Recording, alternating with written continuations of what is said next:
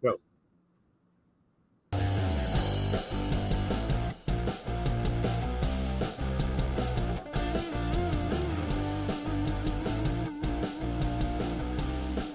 Good afternoon and welcome into the Joe Gaither Show on Spurs Central, San Antonio on SI. We're hanging out here on the inaugural episode. We have done this a couple of different times already on the Joe Gaither Show on Bama Central, but we are done contaminating the Spurs coverage with college football.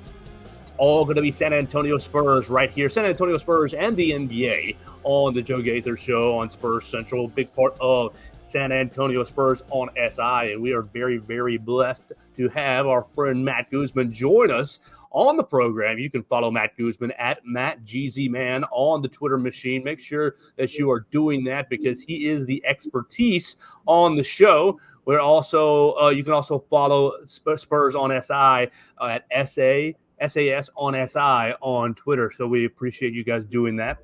You're watching us on YouTube, Facebook, and Twitter. You're listening to us on Spotify, Apple Podcasts, or on Amazon, The Joe Gaither Show on Spurs Central. Matt, big week for the Spurs. How you doing today, sir? Doing well. Thank you for having me as always. It was good to see the draft. It's always a good time to get new players and kind of learn about them, new content. So we love it. Absolutely. So let's just start with the first pick for the Spurs, Stephon Castle, national champion. I got to see Stephon Castle in person at the Final Four. And look, I don't know. Obviously, everybody talked about, such a weak draft, terrible draft, not a good draft. But there were a few diamonds in the draft. And I think Stephon Castle may be one of them. Let's just open it up to you. What's your opinion of the selection? Obviously, Reed Sheppard going before Stephon Castle, another big kind of big name prospect. What's your opinion about the Spurs selecting Stephon Castle and how he will fit with the San Antonio Spurs? Yeah, well, to be honest, entering the draft, I was kind of hoping for a guard and a big. I thought that they might have wanted to swing for the fences and go grab Donovan Clingan at number 4. But whenever that was, obviously that didn't happen. They went for their guard right away. And then they traded the 8th pick, which we'll talk about here in a little bit. So that to me, at the end of the day, that to me says that the Spurs they've done their research. And I guess they didn't like the fit. They didn't like the upside that getting a big at number 4 would bring. But they did like what they saw in Stephon Castle. They felt that he was the best available at number 4, the best for their team needs. Now, as you mentioned, he was at UConn. He didn't exactly play point guard there, but he's got point guard capabilities. In fact, just a few minutes ago, I got off the phone with his high school coach who watched him develop into that college player that UConn saw. And he was telling me that, from a young age, he's had the ability to read the floor and to play different positions and to space the court. There's just so many different things that he can bring to a team. He's kind of going to be whatever the Spurs need him to be. He's going to be able to do that. So I like the pick overall. I thought that he's that point guard, and especially if they kind of doctor his skill set a little bit, they can make him exactly what they need there at the 1. Yeah, I think he's going to be a good pick in the future for San Antonio. One thing that I did read was that Greg Popovich and the Spurs, basically scouting camp, spent a lot of time up at UConn and really identified Stephon Castle early. What do you make about maybe the scouting process to select Stephon Castle, and really just to kind of build off of that? What do you make of the maturity of the UConn basketball program and the players that have come out of the Dan Hurley system? Absolutely. Well, I think that Dan Hurley's done a great job. He was somebody that the Los Angeles Lakers were looking to grab before they hired Redick. So, he knows what he's doing. He has a nose for the game and a way to develop talent. And he just got 2 top 10 picks in Donovan and Stephon Castle from his program. And so I think that the Spurs kind of knew that I think they saw some of that talent that he had there, and knowing him, knew what kind of talents they could turn into. So, I read that the Spurs were one of the few teams to send multiple people on multiple days to go, because they really had their mindset on Stephon Castle and UConn in general. And I just think it was a bonus that they ended up winning the NCAA tournament.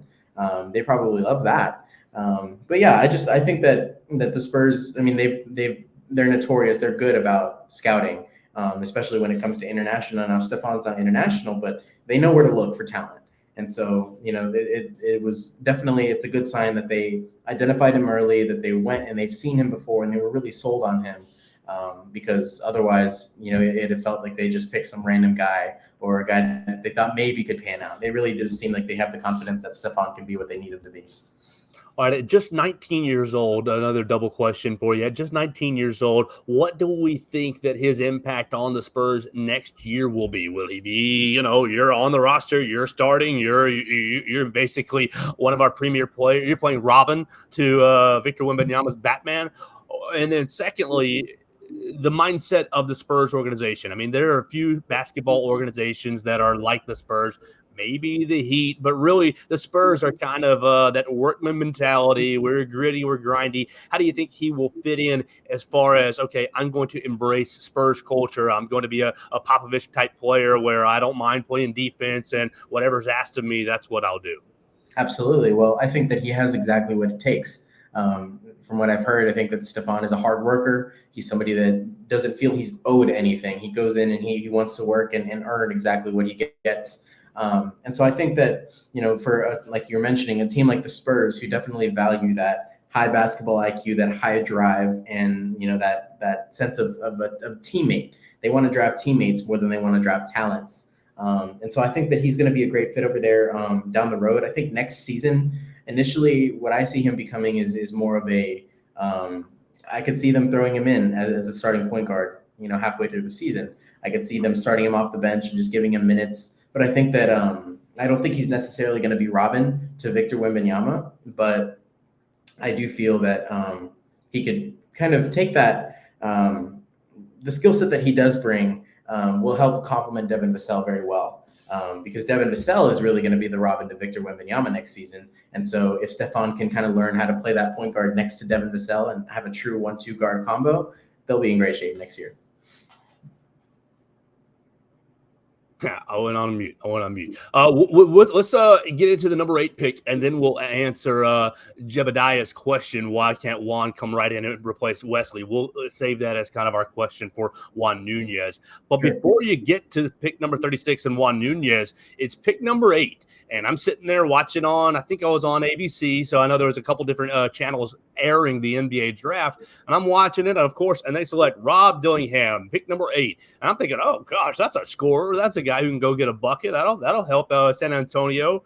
But San Antonio trades it away. We found out through the internet, and then finally the broadcast. They traded away the pick to the Minnesota Timberwolves for what? Two first-round picks in the 2030s. Why in the world? And this is really just to open it up for you to educate the people. Why in the world would the Spurs have traded away a pick or traded away a player for 2 picks that might be in the 7th and 8th grade right now?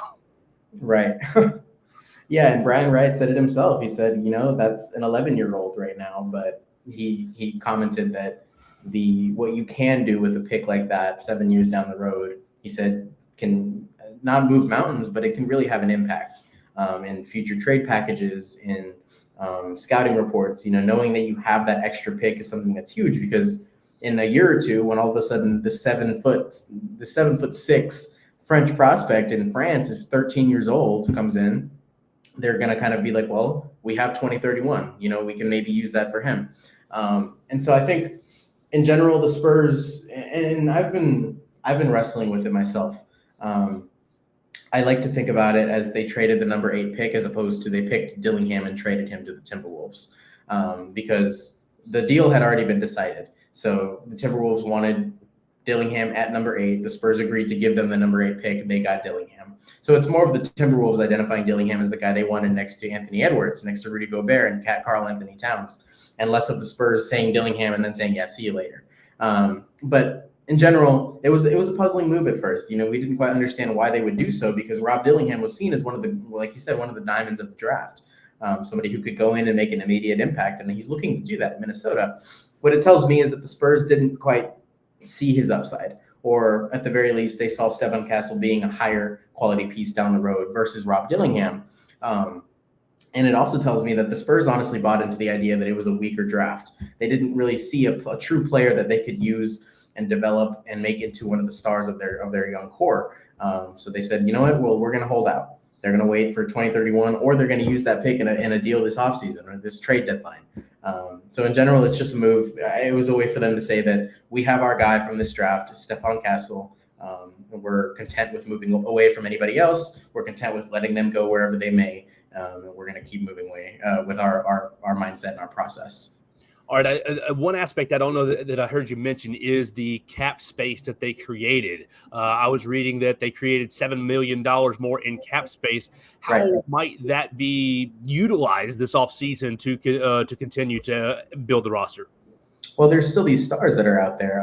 I think Trae Young has been a name linked to the Spurs quite often. I don't know how sold they are on him. I've read that they're not too high on his what he would bring to the team. And honestly, the fact that they got on and they got you know what? The fact that they got their point guard in the draft says that they don't want him.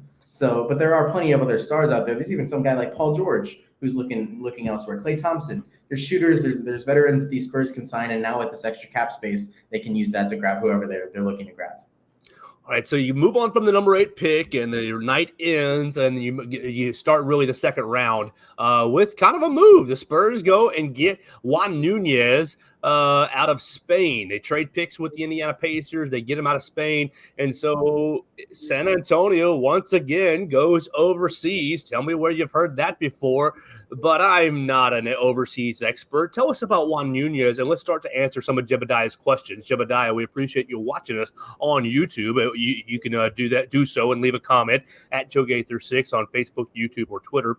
Jebediah asks, why can't Juan come right in and replace Blake Wesley? And then his second question is, I don't think Nunez is under contract right now. So let's just open it up. What's the deal with selecting Juan Nunez? What are the Spurs getting? Yeah, so Juan Nunez is a point guard, 6'4", from Spain. He's got some experience playing in the FIBA World Cup. He's got some experience playing in the Euro Leagues. He's everything that the Spurs will want to see in a foreign prospect. Some people were even likening him to the next Manu Ginobili. Now, that's a huge, huge honor. That's a huge, that's a very tall order to face. But what the Spurs saw in Juan is a player that can come in and can really pass the ball, like pass it really, really well. He's considered one of the best passers in the draft, but that's about his only upside at the moment. He's got quite a lot of work to do as far as rounding out his skill set, the shooting, the dribbling, the driving.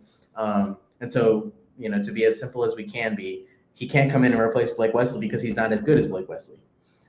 Blake Wesley got a lot of playing time at the end of last season. Kind of in the middle of the season, they were giving him some more minutes, and he earned them, according to Popovich. He wasn't exactly that star, but he was somebody that, could come in and really make a difference in those late games and kind of keep the Spurs in it, provide instant offense. The Spurs don't feel that Juan Nunez can do that just yet. They don't. That doesn't mean they don't think he can. In fact, I'm sure that they're counting on the fact that he will be able to. But yeah, he's currently not on contract with the Spurs. He still has a contract overseas, and more than likely, the San Antonio is going to want him to stay over there, develop for another season. They're going to it's one of those draft and stash. We saw it with Vasilije Micic with the Thunder, who kept him drafted and stashed for about 7 years. And so this could go on for 7 years. It could be next season. It could be 2 years or 3 years. We don't know. But the Spurs like what they see from Juan as a passer and really want to bring him in eventually. But right now, I think they want him to continue to develop and be well-rounded. Okay, we'll address one more of Jebediah's comments. Trae Young is not really a super efficient player, and his defense is arguably the worst in the league. He continues, Blake Wesley also can't shoot or can't pass. Come on, it's a young team. It's a team that's, developing. Not every player is going to be an expert, an excellent shooter and passer. So come on, we've got to make some concessions for some of these players.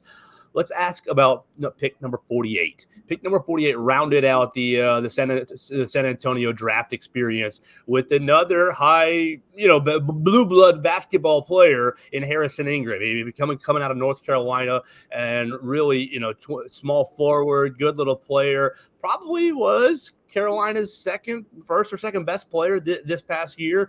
How do you see Harrison Ingram fitting into the Spurs organization? Yeah, well, he's the first player that they've drafted this draft class that wasn't a point guard.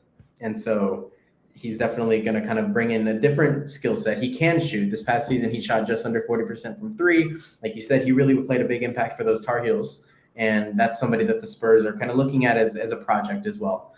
These second-round guys are not expected to come in NBA ready. They're expected to come in NBA hopeful. And so for a guy like Harrison Ingram, they see his shooting, they love his shooting. He's got some things to work on the perimeter and as far as spacing goes, but what he brings to the Spurs is a shooter, a wing that can shoot, and if he develops correctly, he can be a guy they plug in, late in the third quarter and get some points from him, or early in the second quarter, get some points when the starters are on the bench. Okay, so that's the 3 players that San Antonio drafted over the last 2 days, and obviously you have the deal, the Rob Dillingham or the pick number 8 trade. We should really frame it that way. I appreciate you putting it that way to me because I think that does kind of reframe a lot of people's mindsets. I know it does mine. You trade away the pick number 8, you clear up some cap space, and you get 2 future first-round picks. So Greg Popovich and the front office, you think they did it's a weak draft. That was kind of the caveat and kind of the cloud hanging over it. But with that context, how do you think the Spurs did over 2 days? Yeah, well, I think that they got 2 really great players. I think that Harrison Ingram is somebody that can come in and really shoot. And I think that Stephon Castle is going to be the player of the draft. Now, I'm reluctant to say Juan Nunez is going to be the steal yet because we don't know anything about him. But, all we can do is trust that the Spurs front office loved what they saw. And who knows, maybe they did see resemblance of Manu Ginobili when they were watching him and scouting him. Who knows what kind of upside he can have, but at the very least, the Spurs have him in their arsenal for a couple of years down the road. So I think they did really well. I'm going to give them a B plus. I'll give them a B plus.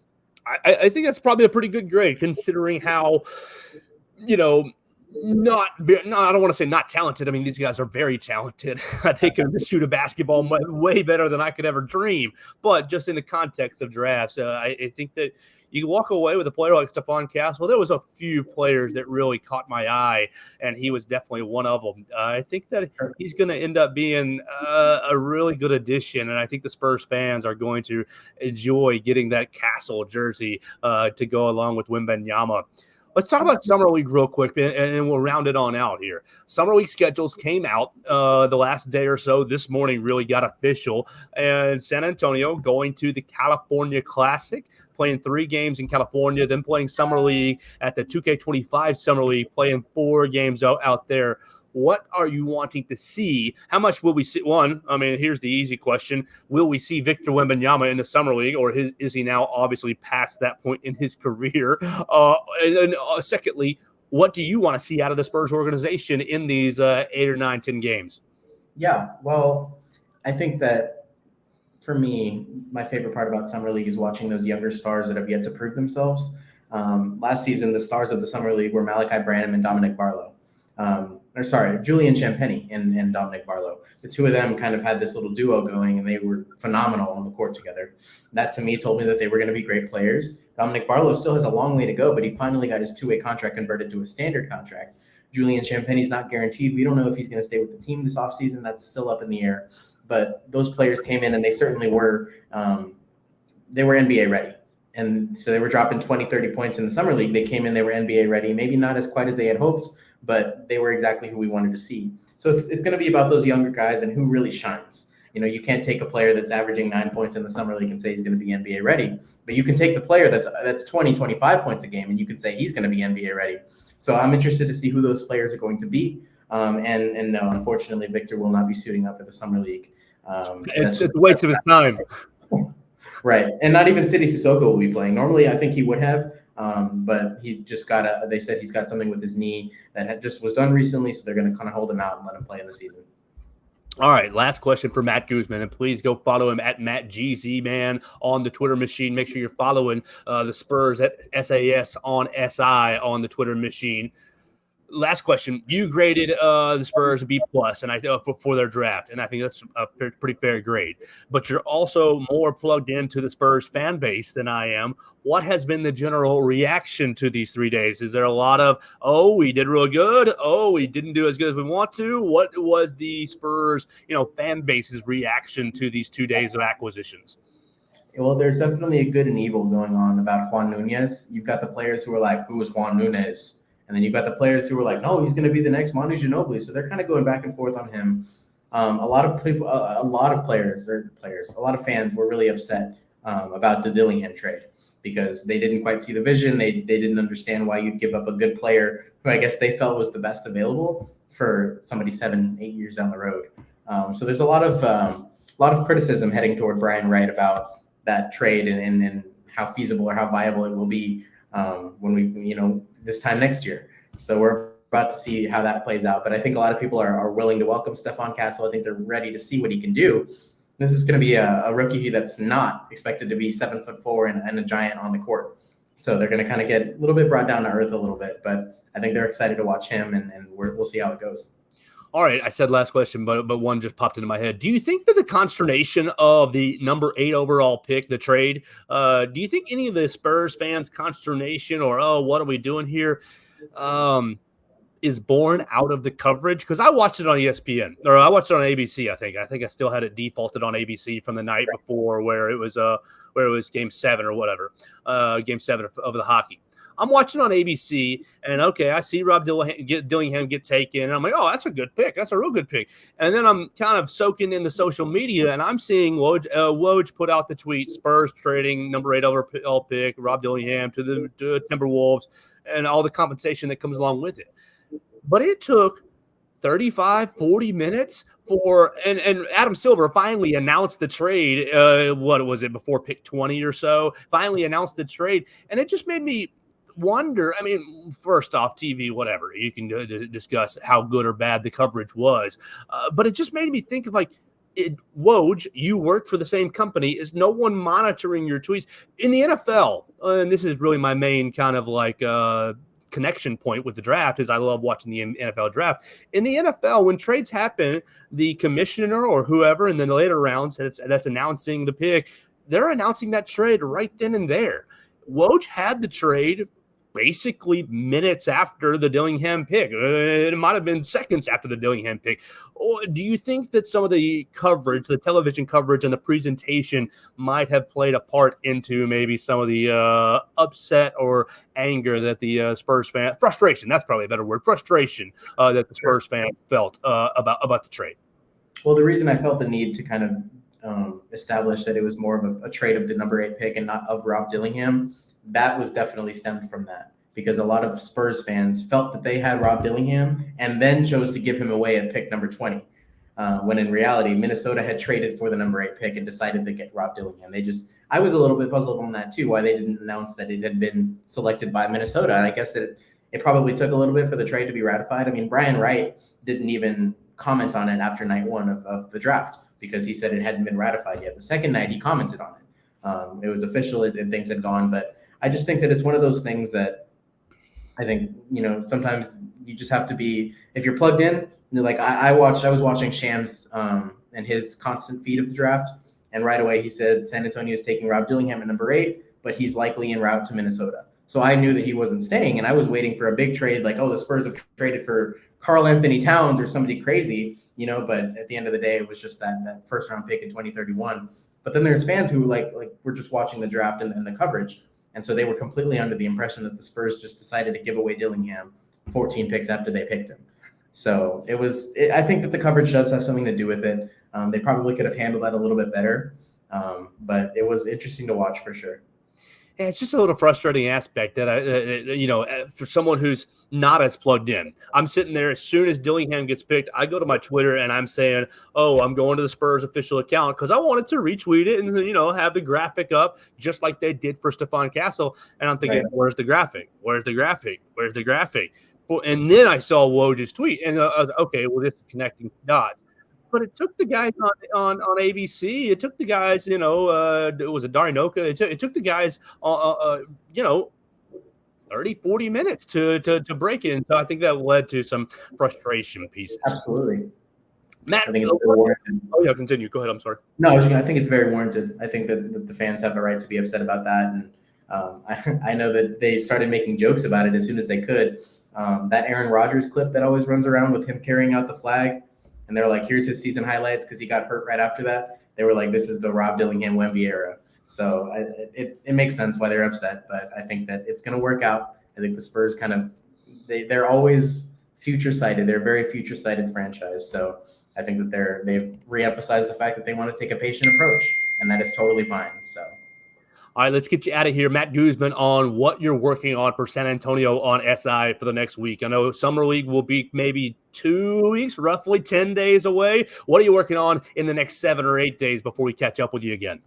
Absolutely. Well, right now I just finished speaking with Trey Jones because his mom is a cancer survivor, and he's a very big advocate for breast cancer awareness and research with the Komen Foundation in San Antonio. So I spoke to him about his partnership there, and so that can about to speak with Debbie Jones as well to kind of round out that story. But that's something that you can be on the look for very soon. I'll have a bunch more draft analysis here today. But yeah, just whatever pops up. I know that Victor Wembanyama's got some high praise on Stephon Castle, so it's good to hear that, and we'll see what that kind of turns into.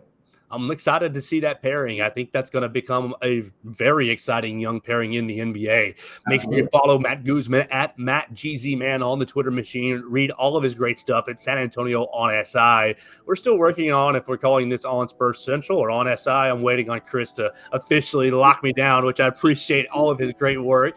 But make sure you're reading at San Antonio on SI on the Google machine. You can read all of Matt Guzman's great work. Matt, thanks so much for your time. We'll do it again next week. Thank you. Thank you for having me. Have a great one. That's going to do it for our first time on the Joe Gaither Show on Spurs Central. We appreciate everybody watching us on Facebook, Twitter, and YouTube. Jebediah, we appreciate your comments on the YouTube machine. You can always subscribe to us now on Spotify, Apple Podcasts, or Amazon. And we'll keep talking about the NBA, the San Antonio Spurs, and much more. Summer League coming soon, so it may be the off season, but a lot of exciting times in San Antonio. We'll be talking to you next week right here on the Joe Gaither Show on Spurs Central and on San Antonio on SI.